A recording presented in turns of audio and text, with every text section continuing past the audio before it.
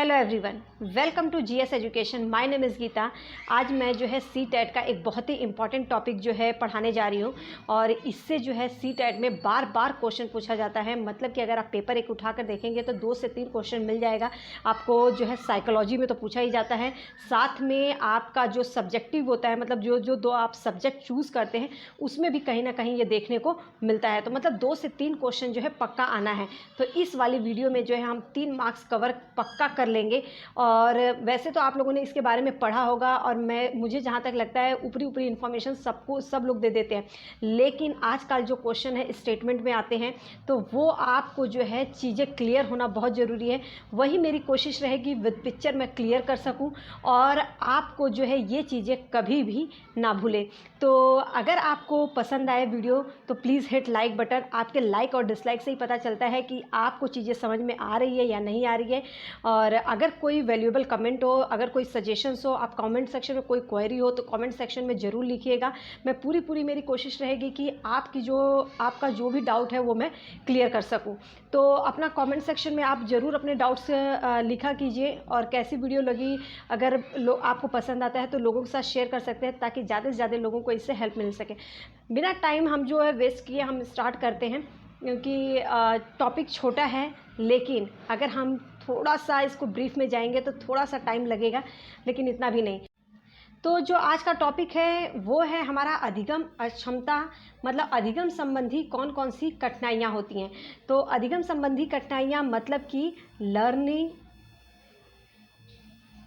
Disability. क्या है? Disability. तो मतलब कि हमें पढ़ने में कौन कौन सी प्रॉब्लम्स होती हैं, इसके कौन कौन से टाइप्स हैं वो देखते हैं। पहले इन शॉर्ट कवर करेंगे, फिर उसके बाद जो है मैं आपको ब्रीफ में जो बहुत ही इंपॉर्टेंट हैं उनको ब्रीफ में बताऊंगी, क्योंकि उससे बार बार क्वेश्चंस पूछे जाते हैं। तो सबसे पहले देखिए डिसलेक्सिया। अब यहाँ पे आपका एक दिख रहा होगा लेक्सिया, इससे याद कर लीजिएगा कि लेक्सिया मतलब लर्निंग। क्या होता है? लर्निंग। तो डिसलेक्सिया मतलब लर्निंग, मतलब पढ़ने में पठन संबंधी जो समस्या होती है उसे हम क्या कहते हैं? डिसलेक्सिया। जैसे अगर बच्चे को हमने लिखा वॉज, तो बच्चा वॉज को क्या पढ़ रहा है? सॉ पढ़ रहा है, मतलब उल्टा पढ़ रहा है, उसको समझ में नहीं आ रहा है, वो उल्टा देख रहा है। तो यहाँ पे बच्चे को ये प्रॉब्लम होती है पढ़ने में जब समस्या आती है। तो याद करने का तरीका क्या है आपका? LE से ही याद करना कि लर्निंग मतलब कि पठन संबंधी जो समस्या है लर्न करने में। अब दूसरा है डिसग्राफिया। ग्राफ हम बनाते हैं, राइटिंग मतलब लिखकर बनाते हैं, लिखकर हम करते हैं। तो ग्राफिया से ही समझ लेना कि लिखना का मतलब कि इसमें क्या है? लेखन संबंधी समस्या। ठीक है। डिसकैलकुलिया। अब यहाँ पे देख लीजिए, कैलकुलिया वर्ड से ही क्लियर हो रहा होगा। हम क्या करते हैं? कैलकुलेशन। क्या करते हैं? कैलकुलेशन। तो कैलकुलेशन में मतलब कैलकुलेशन में जो प्रॉब्लम्स आती हैं उसको हम बोलते हैं डिसकैलकुलिया, मतलब कि गणना संबंधी जो समस्या होती है, गणना संबंधी जो हमारे में प्रॉब्लम होती है, विकार होता है, उसको क्या नाम देते हैं साइकोलॉजी में? डिसकैलकुलिया। ठीक है। डिस्प्रैक्सिया। अब प्रैक्सिया मतलब कि इसके अंदर जो है गतिक कौशल, मतलब अगर बच्चे को कुछ करने में प्रॉब्लम हो रही है, उसकी मांसपेशियां अच्छी नहीं है, फाइन मोटर स्किल उसका अच्छा नहीं है, तो उसको वो कौन से समस्या से ग्रसित है? वो है डिस्प्रैक्सिया से। ठीक है। अगर मान लो कि बच्चे को उसका पेंसिल पकड़ने का मन ही नहीं कर रहा, पेंसिल पकड़ने में प्रॉब्लम हो रही है, तो वो जो है उसको हम किस में लेंगे? डिस्प्रैक्सिया में। डिस्मॉर्फिया क्या है? जब कोई भी अपने आप को ही बहुत वैल्यू देने लगता है कि मैं बहुत अच्छा हूँ, सबसे ज़्यादा सुंदर हूँ, स्मार्ट हूँ, तो इन लोगों ये जो है ना एक समस्या से ग्रसित होते हैं, उसको बोलते हैं डिस्मॉर्फिया। अब तो समझ गए होंगे, आजकल जो लोग ऐसे कहें तो समझ जाओ कि उनको क्या प्रॉब्लम है। ठीक है। ये थी मजाक की बात।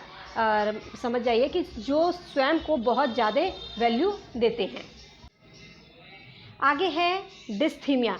डिस्थीमिया में क्या है?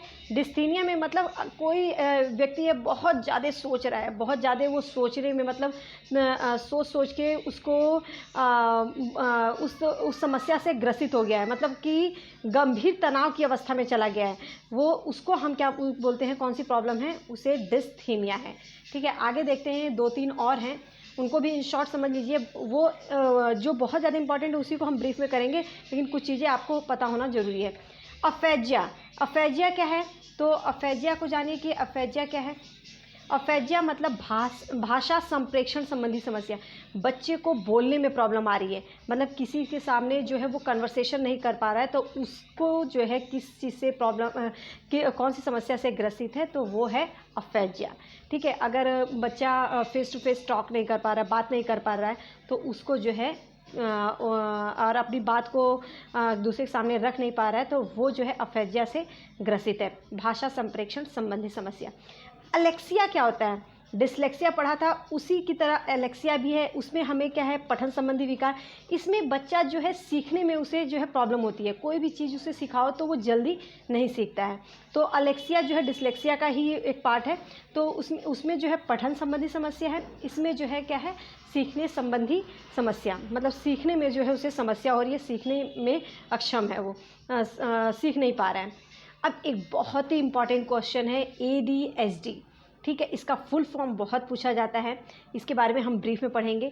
और इसका मतलब है अटेंशन में, बच्चे को मतलब कि कुछ भी बताओ तो वो जो है अटेंशन नहीं देता है, मतलब उसका ध्यान नहीं लगता है, उसका बहुत जल्दी ध्यान जो है भंग हो जाता है, बहुत जल्दी उसका ध्यान हट जाता है। तो ये जो है ध्यान संबंधी समस्या से वो बच्चा ग्रसित होता है।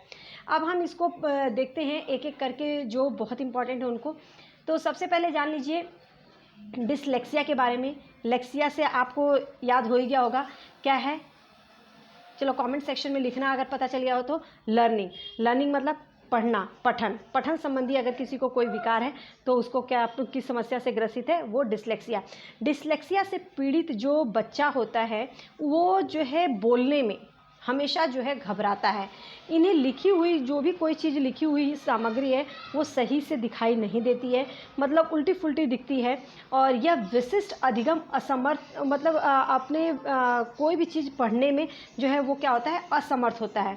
तो इसको देखते हैं कुछ एग्जाम्पल के थ्रू। ये देखिए एक बच्चा है, वो पढ़ रहा है। आपने एक मूवी देखी होगी तारे ज़मीन पर, उसमें एक जो बच्चा था वो ऐसा नहीं है कि उसको समझ में नहीं आता, तो उसको पढ़ाने का तरीका अगर कोई समझ जाए तो वो पढ़ सकता था, लेकिन उसको जो है सभी वर्ड्स जो है उसके सामने नाचने लगते थे, मतलब वर्ड्स जो है उसको समझ में नहीं आते थे, उल्टा फुल्टा वो लिखता था। ठीक है, तो यहाँ पे बच्चे को समझना बहुत ज़रूरी है, क्योंकि वो एक समस्या से ग्रसित है, तो इस चीज़ पर हमें ध्यान देना चाहिए। अब देखते हैं यहाँ पे कि आपका, जैसे कि ये बच्चा है, देखिए इसको कितना बहुत ज़्यादा टेंशन में आ गया, उसे समझ में ही नहीं आ रहा, क्योंकि यहाँ पे जो है उसे जो वर्ड्स हैं वो उल्टा दिखाई देता है। अगर मान लो कि बी ऐसे लिखते हैं तो वो सोचेगा कि ऐसे लिखते हैं। ठीक है, तो इस चीज़ की जो है, अगर उसके सामने एस लिखा है तो वो एस ए समझेगा, तो ये जो है उसको इस चीज़ में से प्रॉब्लम होती है। तो अक्षर जो है उसे उल्टा हमेशा दिखाई देता है, जैसे 100 को उसने क्या पढ़ लिया? वॉस पढ़ लिया। ठीक है, आगे देखते हैं इसी से रिलेटेड चीज़ें। तो हाँ, तो जो डिसलेक्सिया से ग्रसित बच्चा होता है, पढ़ते समय किसी भी शब्द या पूरी पंक्ति को जो है, कई बार क्या होता है कि वो पढ़ते पढ़ते वो पूरी एक लाइन जो है वो स्किप कर जाता है। देखिए यहाँ पे जितने भी पॉइंट्स मैंने लिए हैं ये बहुत ही इंपॉर्टेंट पॉइंट्स है, क्योंकि ये आजकल स्टेटमेंट में क्वेश्चन पूछा जाता है। अगर आपसे पूछ दे एक मतलब कि एक आपके सामने सिचुएशन देकर कि अगर एक बच्चा पढ़ते समय किसी शब्द को या पूरी लाइन को छोड़ देता है तो वो बच्चा किस चीज़ से ग्रसित है, आपको दे देगा ADHD, या दे देगा कि डिस्पेक्सिया या अलेक्सिया या डिसलेक्सिया। तो आप अगर आपने पढ़ा होगा तो आपको ये चीज़ जो है समझ में आ जाएगी कि वो बच्चा किससे ग्रसित है, डिसलेक्सिया। यही कारण है कि वैसे ऊपरी ऊपरी चीज़ें लोगों ने बहुत बताई होंगी, आपने भी पढ़ा होगा, लेकिन जो ये मैं बता रही हूँ शायद ही किसी ने बताया होगा, या बताया होगा तो अच्छी बात है, आपने कहीं से भी पढ़ें, बस अच्छे से पढ़ें। ठीक है, आगे देखिए एक एक करके जो है वो बच्चा जो है क्या करता है, धीमी गति से पढ़ता है, वर्ड्स को जो है वो धीरे धीरे पढ़ता है, मतलब कि वो पूरा उसको चीज़ें समझ में नहीं आती, जल्दी जल्दी नहीं पढ़ पाता है, धीरे धीरे पढ़ता है। वाक्य में आए शब्दों को भी वो आगे पीछे करता है, मतलब कि मान लो कि लिखा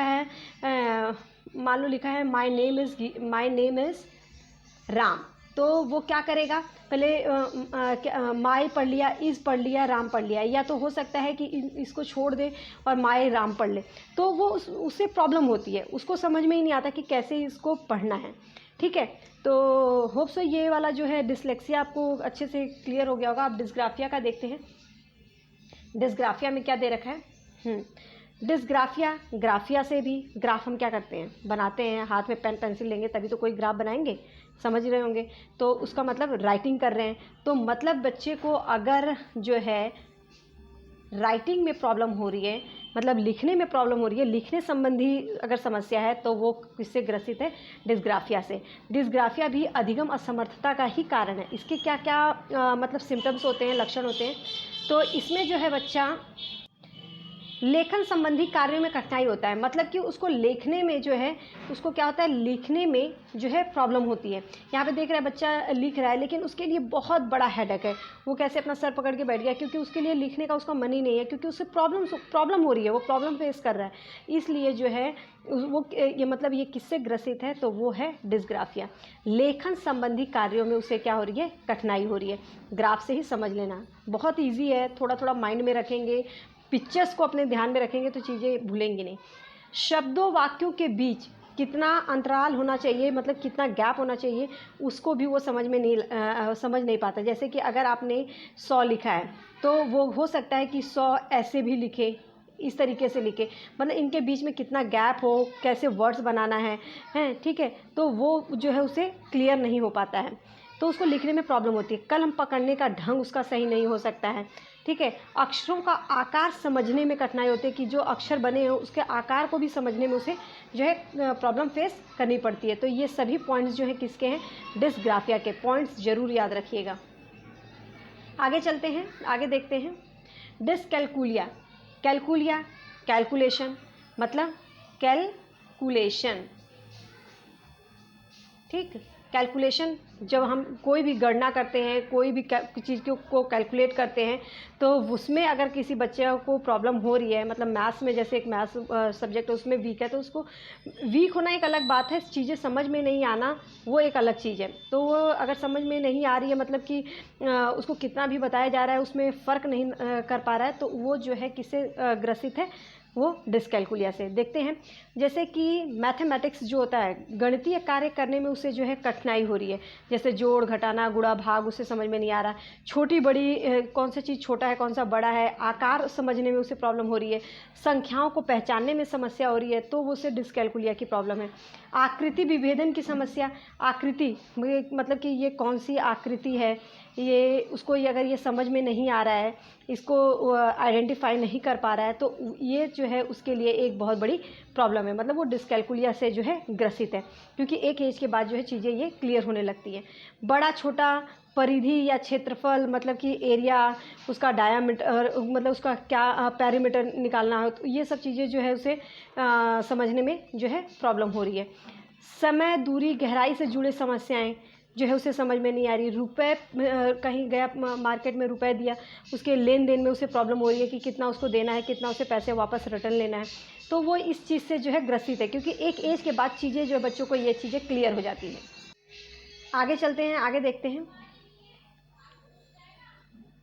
आप यहाँ पे देख सकते हैं कि ये बच्चा किस तरीके से, एक मिनट देखिए, इसके सामने ये शेप, पिक्चर्स ज़रूर याद रखिएगा, इसको ये समझ में नहीं आ रहा यहाँ पे इसके क्या करना है, इसको मतलब इन सब चीज़ों से बहुत ज़्यादा प्रॉब्लम हो रही है, इसको शेप्स में प्रॉब्लम्स हो रही हैं, कौन सी चीज़ छोटी कौन सी बड़ी ये समझ में नहीं आ रहा, तो ये जो है डिसकैलकुलिया से जो है ग्रसित है।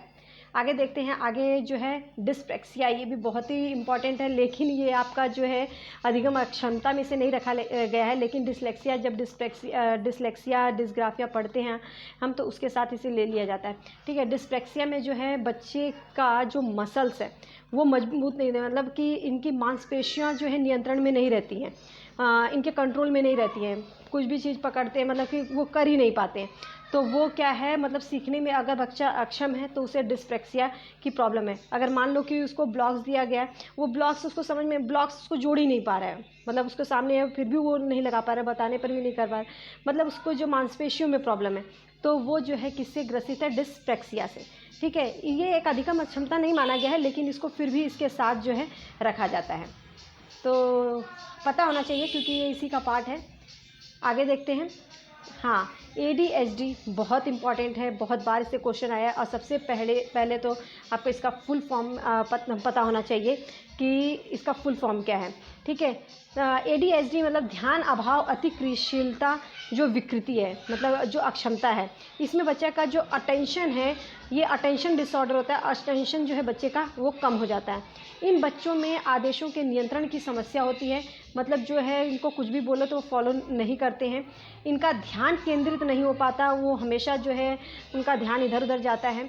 और इसी कारण से जो है वो अनुशासनहीन, मतलब कि वो जो है एक सही तरीके से बैठते नहीं हैं, कुछ बोलो तो करते नहीं हैं।